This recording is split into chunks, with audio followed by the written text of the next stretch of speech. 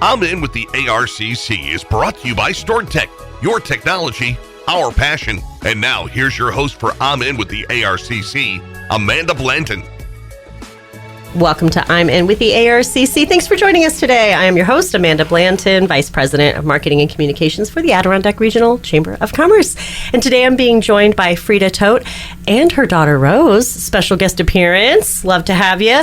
And Frieda serves as the Community Engagement Coordinator for the Crandall Public Library in our beautiful downtown Glens Falls. Ladies, welcome to the show. Thank you so much. It's good to be here. Thank you for having us. Absolutely. I'm excited. Frieda, you and I have had many interactions over the years. The most recent one, and I mentioned this to your daughter, Rose, before the show, was when you presented to our Women's Business Council about all of the incredible library resources and programs that are available, which I so enjoyed. I wish we could encapsulate that into something like this interview, but we're going to try our darndest today, aren't we? All right.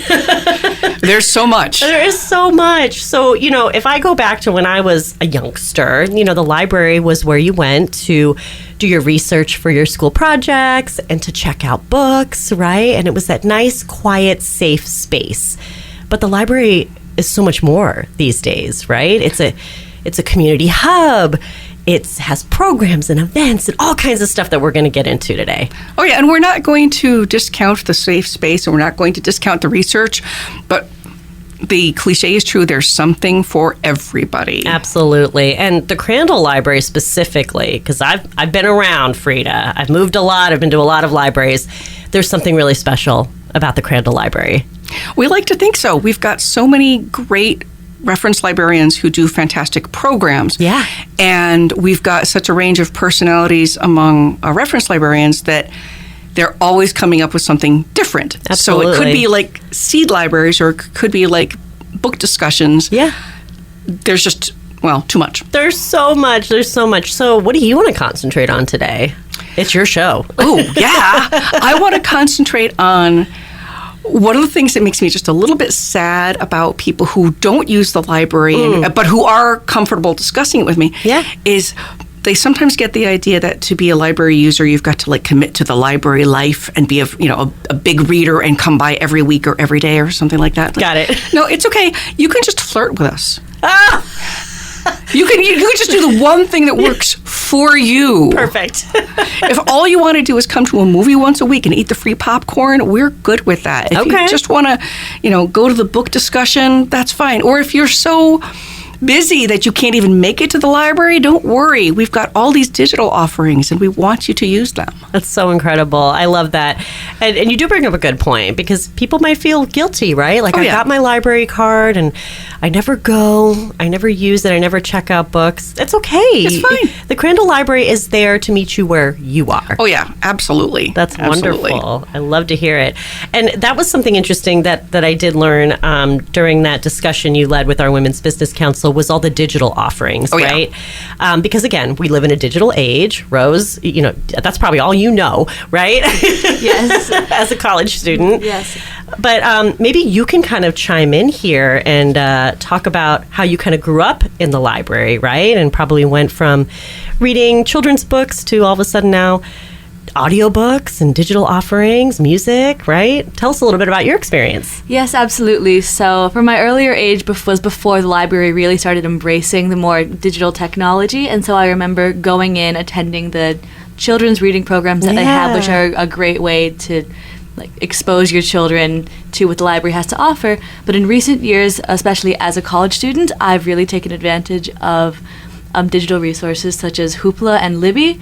And it's very simple. All you do is you log in with your library card, which is completely free to get, and you have access to the entire catalog of not only Crandall Public Library, but all the other libraries within the Southern Adirondack Library System. Whoa. And that has been great because they have textbooks and other books that have been required for my classes, and I've been able to save genuinely hundreds of dollars on what I would have had to spend on expensive textbooks, but I could just find them through the library services, and that has been incredibly helpful as a student. That, Rose, you just opened up a huge door, right? We're talking about saving money on textbooks. I remember when I was in college, the textbooks were astronomically expensive.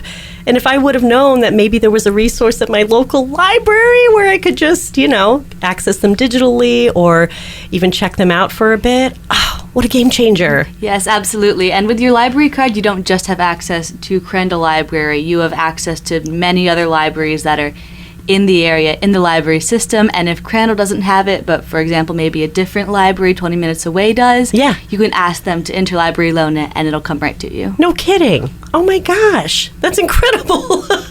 These things that you didn't know, right?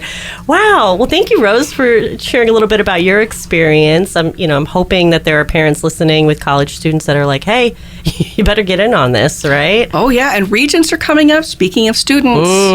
And Regents books are so expensive and no fun to read. Right.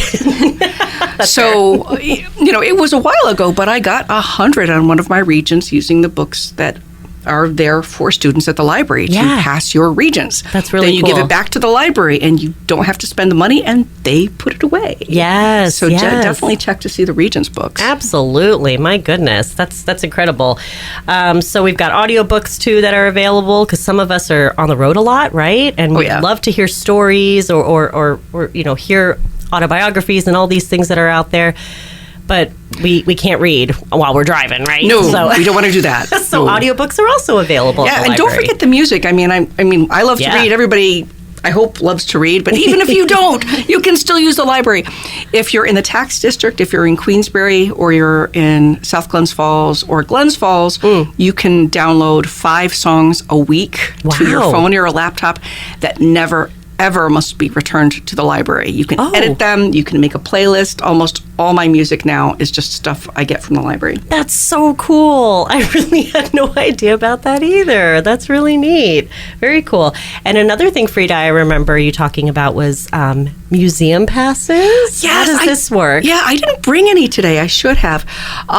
So you check out the museum passes as if they were DVDs. They come in a case. Okay. And then when you get to the museum, it could be, say, the Chapman or the Wild Center, then you just show them the museum pass, and they'll either get you in free or at a substantial discount. Okay. And it's usually for the whole family. And my favorite at the moment is the Empire Pass, because it gets you into any New York State park free. Oh, and very graduation's cool. coming up. A lot of us get invited to graduation parties at, Moreau Lake, and then you have to pay for your car to get in to go to your friend's graduation party. Well, you don't if you have the Empire Pass. That's so cool. Oh my gosh. What does the library not have? Maybe we should have focused on that instead of all the things the library does. We do have a lot. But that's really interesting. And I am curious to how that kind of came about. I don't know if you know that or not, how the library or why they decided to offer that. It came through the children's department. Okay. So the children's department administers and chooses the particular passes that we have. Yeah. So they're obviously they're museums. They're mostly educational, but you don't actually have to be a child to take out the museum pass or have a child. You just come up to the children's department and see what's in today. That is so cool. And speaking of the children's department, and Rose, you might remember this from your childhood, there's so much going on there as well. Oh, yeah. Obviously encouraging our young readers to read and learn, but there's programs, all kinds of programs, right? Are there any that maybe you want to highlight? Well, my current favorite happens to be the reading therapy dogs. I really like them. Oh my gosh, yes. So they're particularly helpful for reluctant readers, but really for anybody. You just make an appointment, and even a very, very young child can just sit there with the book and the big fluffy dog and read to the dog, who is a wonderful listener. I love that one. And don't forget, we've got summer reading programs coming up. Nice. I always forget the name of is it the summer slide? When if people don't read, they don't maintain their skills and their interests. Right, gotcha. So the summer reading program keeps kids reading all summer. Through the summer, And then some years ago, some grown-up, felt sorry that they weren't getting pizzas for reading anymore. And so now we have an adult reading program for the summer.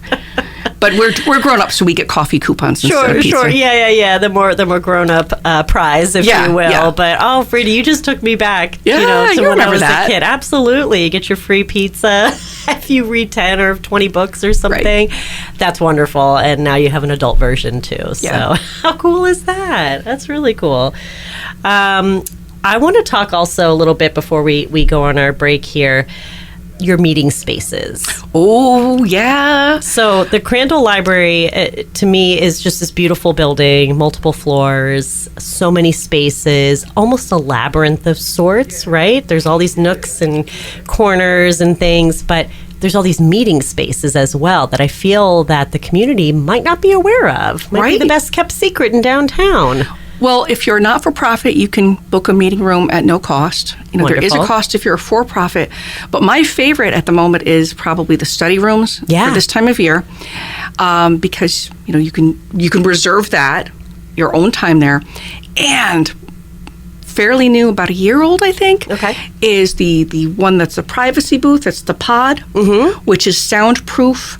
And a beautiful place if you want to conduct a job interview. Or if you've got to do telehealth. Yeah. You can just go in there with your laptop and have a completely private and quiet place. It's been a lifesaver for some people. That is awesome. And that probably kind of came with, the technology boom, and also maybe had to do something with COVID too, right? Everyone's doing things virtually, right? And I think after COVID, a lot of people realized that some things really are better done that way. Sure. So with the chance for people to do their job interviews and their telehealth and not have to worry about what their family's doing, for example. My goodness. I think we've all seen those blooper videos. Oh, yeah. Where the kid runs through. Yes, or the dog or something. Yeah. And I know personally my cat always made appearances on Zooms if I was at home. So to have a nice, private, quiet space. Yeah, and it's free. I always forget to say that, Bert. Yeah, no, that's great. That's great. Perhaps if you are launching a podcast or something, maybe you could use that space too. Bring your equipment in and... Well, there's not that much room. Okay. It is a smaller place. It's more of a small office, so you wouldn't want to bring a lot of stuff in, but you could certainly bring in a laptop. You could certainly bring in books. A lot of people... Actually, there are some people who use it even not for telehealth, just because it is soundproof and quiet, and they sometimes want to study there. Absolutely. And you have smaller meeting spaces, too. They're not like soundproof, but they're kind of... I think... They're kind of glass walls. Right. We've got those study rooms, which are in one room, the travel room. Okay. Yes. So that's upstairs. I did meet with a couple of people in one of those, and I just couldn't get over how cool it felt to kind of be in this space. And I was like, I'm kind of distracted. And they're named after Star Trek characters, so you can say you've got the Kirk room or something even cooler. Like that. Which is even cooler. Yes. Yeah. We like to get nerdy here. Yes. Oh yeah. During the break, we were chatting about this weird stigma or judgment zone about fines, right? Yeah. I remember the days when I was like, oh my gosh, it's one day late and I'm going to owe all this money. And I would always return them, but, I'd be a little cautious and hope nobody saw me. And here's my quarter or whatever it was so traumatic. I still remember my first overdue library book. Yes. You'll never forget. Yes. It was in the forest. Oh my gosh. So, Rose, I'm going to shine the spotlight on you for a second to kind of tell us about some updates at the Crandall Library. Yes, so there's a bit of a stereotype that I've seen in comic books about the librarian coming at you with a hatchet or a weapon. Your library book is late, but that's actually not true at all. If you don't turn it in at all, the most you will ever be fined is the price of the book. Sure. There's the myth about hundreds of thousands of dollars. I know. That's not true at all. But actually, over COVID, the library made the decision to completely wipe everyone's fine debt because, as we discussed over the break, when it gets to a certain point of overdue, people don't want to show their faces anymore, even if they do have the book. Yeah. So if you've had a book that you've been holding on for months or years that you're too ashamed to bring back. You'll be completely fine. No one will judge you. Just no questions asked. Yeah. You're good. Awesome. That's good to know because, again, like your mother and I are traumatized from our childhood. I feel like I only returned a book late once. I only had to do it once to learn my lesson, you know. Oh, yeah. You don't want to revisit that. And it was what, a quarter? It probably was a quarter, yeah. But I was freaking out, and, you know, I'm picturing the librarian in my head wagging her finger at me, you know, but it's not like that anymore. So that's good to know. No. That's great. Awesome. Now, I understand the library's got a book sale coming up. Oh, yeah. Very exciting. I always hear about these, and I get excited. I love to share this as well. But tell us about it, Frieda. So it's Friday, May 29th and Saturday, May 30th, 9 a.m. to 4 p.m. Now, the adult books are $1. Oh, what a steal. You know, it's already a steal. Kids and teens are $4 for $1. Wow. Okay. Yeah, and some of them are library, what's called weeded books, Okay. which have, for some reason, they're not needed in the library anymore. Sure. But a lot of them are gifts to the library. Say somebody gets the same book for your birthday. Yeah. So we've got these brand new, beautiful, gorgeous books. Oh my gosh. For just $1. That's amazing. A hardcover can be $25 or $30 these days. Sure. You can get them for $1. One of the things I like to do at the book sale is, well, you know, I'm in my 60s. So knowing that about myself, chances are pretty good that during the year, I'm going to have a friend who's going to celebrate a milestone, or I'm going to have a friend who's going to undergo a medical procedure or something like that. So one of the things I like to do is when I go to the book sale, I stock up on the type of books, cartoon books that are easy to read that maybe people in the hospital would enjoy reading, or books for holidays or something like that. And then I have them. And then when the event comes up, I'm not nervously, trying to beat the clock to get to the event with my book. No, I've got a closet full of beautiful, brand new, appropriate books. That's amazing. And the biggest decision you would have to make that day is what color tissue paper should I put in the gift bag? That's true. And then that decision is not so arduous because I've already done the hard thing, right? Exactly. That's a great idea to just kind of stock up on some books to use as gifts going forward. Or fill up your summer reading list, right? You're ready to go. Fill up your summer reading, or, there's a lot of nonfiction. Cookbooks, for example. Cooking changes so quickly and goes through so many fashions. And right now, like, air fryers are the big thing. So you can, stock up on your air fryer cookbook. I love it. Yes. And we all love our air fryers, right? Oh, yeah. And you also have a seed library, which I love this concept as well. What can you share with us about that? Yeah. So on Wednesdays, we've got a master gardener who comes by and very cool. Gives us flower seeds and also vegetable seeds and advice on how to keep these things alive, because some of us are new to gardening and we need this kind of help. And this is ministered through the library. So come by Wednesdays to get your free seeds. That's so cool. Again, a service I wasn't even aware of. And it's the perfect time of year to get started on your gardening. Yeah, and it's a lot less risky when somebody gives you the package of seeds. That's true. You're not like, oh, well, I spent this money. If it dies, I'm going to be really depressed. Like, no, it was free. It's fine. Yes, it's okay. Yeah. And then if you come the next week and everything died, the seed library people will let you try again. That is wonderful. And I'm going to throw off on a tangent here for a second, but I remember in the past, there was a partnership. I think it was with Comfort Food Community, maybe, or are you thinking farm to library? I'm thinking farm to library. Yes. Yeah. Yes. Oh, yeah. On Thursdays we get free food. Yeah. Again, no questions asked. You can just come get it. I like to be specific. It's ingredients. It's not like boxes of macaroni and cheese. Right. It's fresh vegetables. Yes. It's fresh fruit. So cool. Yeah, it's great. Yeah.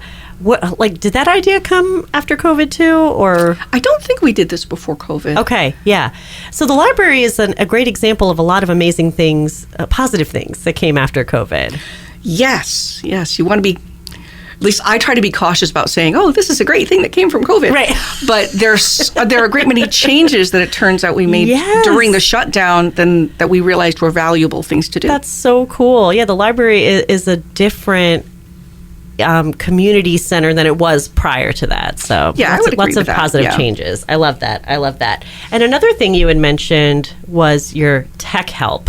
Now, we talk about technology all the time. And I like to think that I'm up to date and I know what I'm doing, but I don't, truly. And there's people of all ages that might experience some challenges, right? Moving from, one tool to another or one resource to another. So Tech Help is there to help you. Yes, it's there, and it's Tuesdays, and it's free. And the thing is, there's so much tech out there, and we're all so busy. So we get really good at our own phones. Yes. Everybody gets good at your own phone.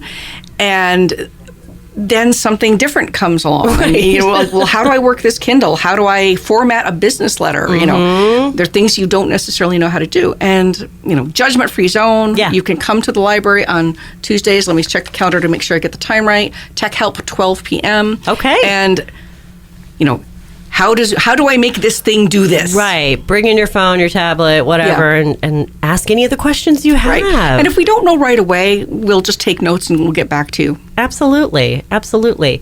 And another thing, Frieda, I know you wanted to get to was Mango. Oh, yes. What is Mango? So Mango is a language app, I guess. Yeah. Think like Duolingo. Mm-hmm. And it's free and no ads, which I love. Oh, thank goodness. Yeah. And you can do so many languages. I'm currently doing German and Italian. No kidding. Which I really, really enjoy. Simultaneously? My gosh. Yeah, people advise you not to do that. But you're Frieda because you get Toth, confused. and you will do whatever you want. And it works, doesn't it? I remember we were on one of the Lake George steamboat cruises, and there was a woman who was speaking Italian, and I was like, you were like Mom? picking it up? Yeah. And I knew that she was speaking Italian, but I don't know any. And okay. She's just been using Mango and other apps like that, and she just goes, "Oh, speaking Italian."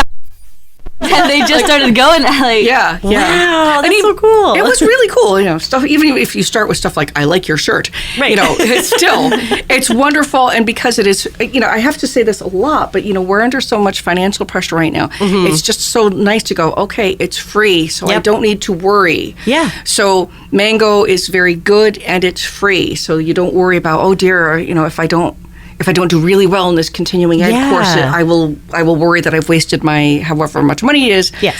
And with the Mango, you can do it at your own pace. If this this week is too busy because my niece is getting married and I don't have any time, you can pick it up later. And that's a luxury you don't have if you're taking a continuing ed course, for example. Right. And continuing ed courses are great for some people, but not always for everyone. So there's a flexibility here. Yeah, and you don't even have to use it in exclusion because I have been taking, as I said, Mango in Italian and German. Yeah. And then this summer this spring at SUNY Adirondack, there was a German continuing ed course. Nice. Well, I'll just go and see how that goes. Oh, there you go. And I plopped right in there when I was able to have conversations with people. That's so cool. Because of doing this on Mango. Yeah, and so they complemented each other. Oh, yeah. That's great. Yeah. Awesome. So, Frieda, we covered a lot today, but not enough, obviously. No. There's so much. But you know what the best thing about Crandall Library is its accessibility, right? And the friendly staff and volunteers. Pull anyone aside in the library and ask them all the questions that you have. And if they don't personally know it, they'll find someone that does, right? We often say that. I don't know that. Hang on, I'll find a person who knows. Yes. So next time you find yourself in downtown Glens Falls, pop into the Crandall Public Library. You just never know, quite literally, what you're going to see, hear, discover. The possibilities are endless. Yeah, say hello. We'll be so glad to see you. Is there anything else you want to add before we end the show today? No, just come to see us. We just can't wait. I love it. Frieda, you're always a joy to talk to. You're so knowledgeable and clearly passionate about the library, amongst many other things, including learning Italian and German at the same time. Go you! And Rose, we appreciate you being here as well. Thank you so much. And that's all the time we have for today on I'm In with the ARCC. Be sure to tune in next week.